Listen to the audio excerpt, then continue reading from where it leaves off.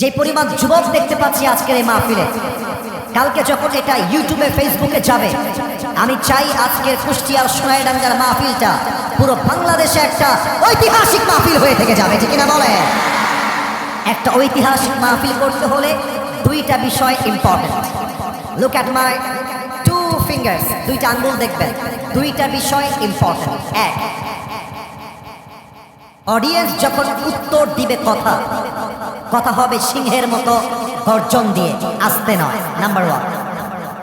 Number two, যে audience ওয়াজ শুনতে আসবে তাদের উদ্দেশ্য জাস্ট বক্তাকে এক নজর দেখা নয়, তাদের উদ্দেশ্য হবে আমরা ওয়াজ শুনতে চাই, মানতে চাই এবং সেই কথা অনুযায়ী আল্লাহর এই জমিনে আল্লাহর কোরআনকে আমরা বিজয়ী দেখতে চাই, ঠিক কিনা বলে? আগামীর পার্লামেন্টে, আগামীর সংসদে আমরা কোনো নারীকে ক্ষমতার চেয়ারে বাংলাদেশে আর দেখতে চাই না। কথা একটু আস্তে বললেন, যে জোরে বলেন, ঠিক আছে কিনা?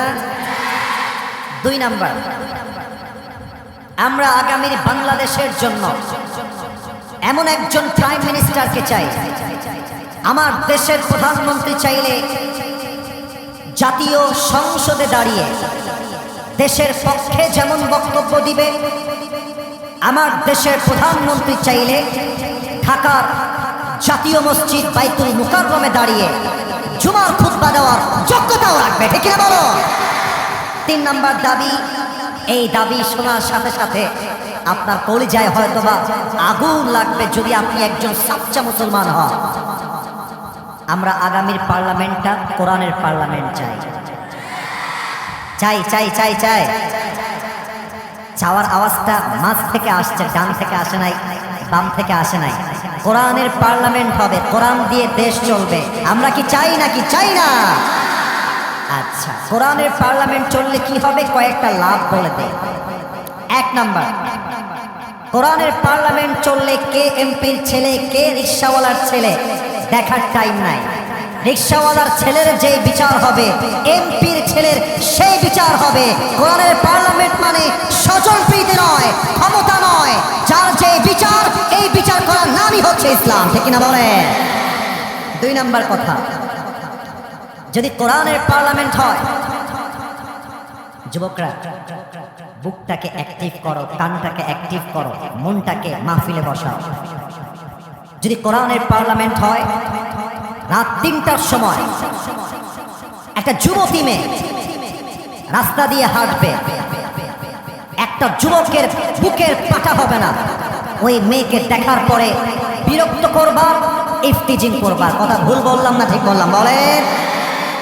এই ইফতিজিং যদি বন্ধ করতে চান, রাস্তাঘাটে স্লোগান দিয়ে পাশ করলে হবে না, আগামীর পার্লামেন্ট আইন পাশ করতে হবে।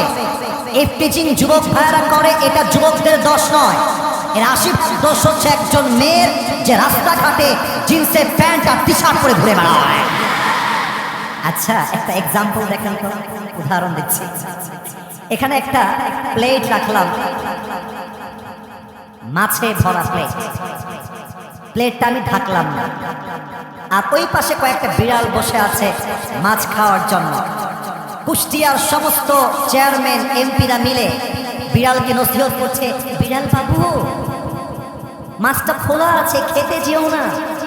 আপনি যতই নসিহত করেন, বিড়াল করবে তোর নসিহতের পুষ্টি কিলাই, খিদা আমার লাগছে, মাছ আমি খাবোই। অতএব বিড়ালকে নসিহত করে লাভ হবে না, মাছের প্লেটটাকে ঢাকতে হবে, তবেই মাছ খাওয়া বন্ধ হবে। আপনি মেয়েদেরকে পর্দায় রাখবেন না, মেয়েরা টিকটকে উলঙ্গ হয়ে নেচে বেড়াবে, আর আমার যুবক ভাইয়েরা ইফতিজিং করলে ৩ মাসের জেল হবে। এটার নাম ইনসাফ ভিত্তিক বাংলাদেশ হতে পারে না। মেয়েদেরকে পর্দায় আগে আসতে হবে, তাহলে কোরআনের পার্লামেন্ট হলে মেয়েরা নিরাপদ, আমরাও নিরাপদ। ৩ নাম্বার কথা, এটা বলেই শেষ করতে চাই। এই যে সোনামণি, নতুন নতুন আওয়াজ করছো কেন তোমরা? হিউজ হিউজ স্পেস আছে, যেখানে জায়গা পাও, sit down there, that's your own place, বসে যাও। এই বস, এই হট, আওয়াজ চাই, একদম কাট টু কাট কথা, আওয়াজ চাই। কোরআনের পার্লামেন্ট যদি হয়, আমার পরিজাত টুকরা যুবকদের জন্য বিয়ের সাবজেক্টটা সহজ হয়ে যাবে। এটা বর্তমান